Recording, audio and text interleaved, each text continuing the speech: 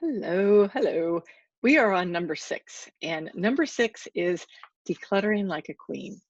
And the reason that decluttering is in here, the reason that I have decluttering as a motivationer, uh, sorry, as a motivation multiplier, is that if you have clutter in your life, and we'll talk about what clutter is and where it is.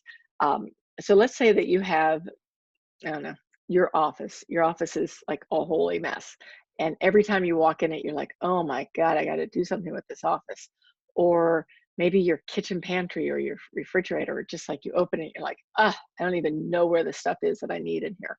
When when you have things like that, and it's physical, usually, where I mean today I'm talking about physical decluttering, but when you have that kind of physical declutter or physical clutter in your world, it it's brings you down.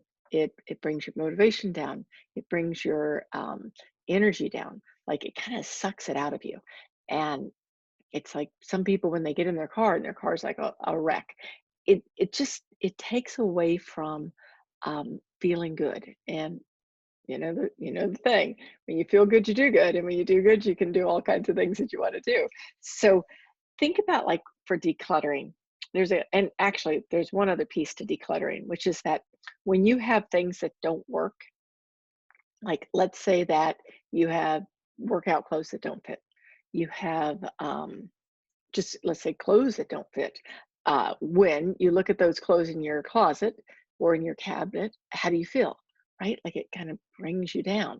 So our job is to bring ourselves up. So getting rid of or giving away or recycling or sharing the things that aren't working for us.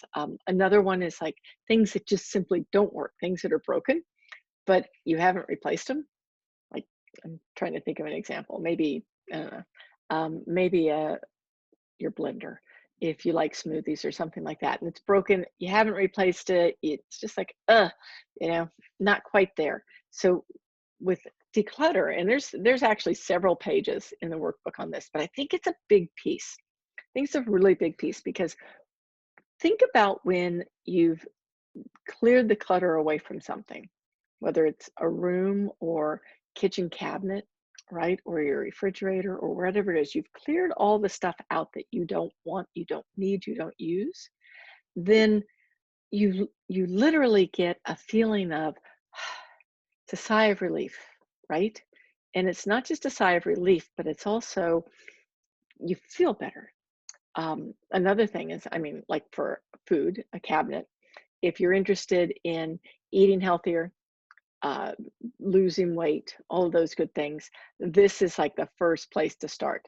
First place to start, because when you get rid of the stuff, you get rid of the junk, whether it's junk food or food you don't eat or stuff that's just been sitting there forever. When you get those things out, then you have room for the things that you want. So think about that, like the decluttering is like, I think, and a lot of times it's kind of a lifelong thing because clutter happens. Even if it's been like for me, I noticed that I don't know, I'm just gonna have to make something up.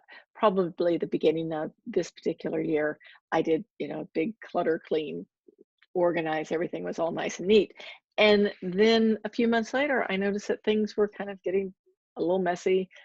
There were some things that I had that that I wasn't wearing anymore, and it was just I just kept pushing them in the back of the closet instead of taking them out, giving them away, sharing them, whatever it is. So a couple of questions just to ask yourself, and then go through this exercise in the workbook is like, do you use this, right? Um, do you need it? Does it need to be fixed? And if it needs to be fixed, are you really going to fix it, right? Um, does it fit? And how does it make you feel, right? How does it make you feel? I know like a really simple one is purses, right? I had somebody I used to know who had this, she was in the hairdressing business, and she had this massive purse, and she would just throw things in it, right? She'd just throw things in it. She never knew what was in there. She would pull things out when she was looking for something, and like money would come flying out. Lots of money would come flying out, and things that she didn't need, and she'd be like, "Oh my God, this is so exhausting." And she'd just stuff it all back in. So That's a perfect example of something that needed to be decluttered. So look at it and like whatever it is that you think about, you can start really small, like just start with one drawer, start with the refrigerator, start with one closet, start with one bookcase, whatever it is, but start like kind of trimming down the clutter. And you'll notice that you'll have better energy, things will feel easier, and it'll be easier to be motivated. So take care. And once again, that is Declutter Like a Queen, which is number 6.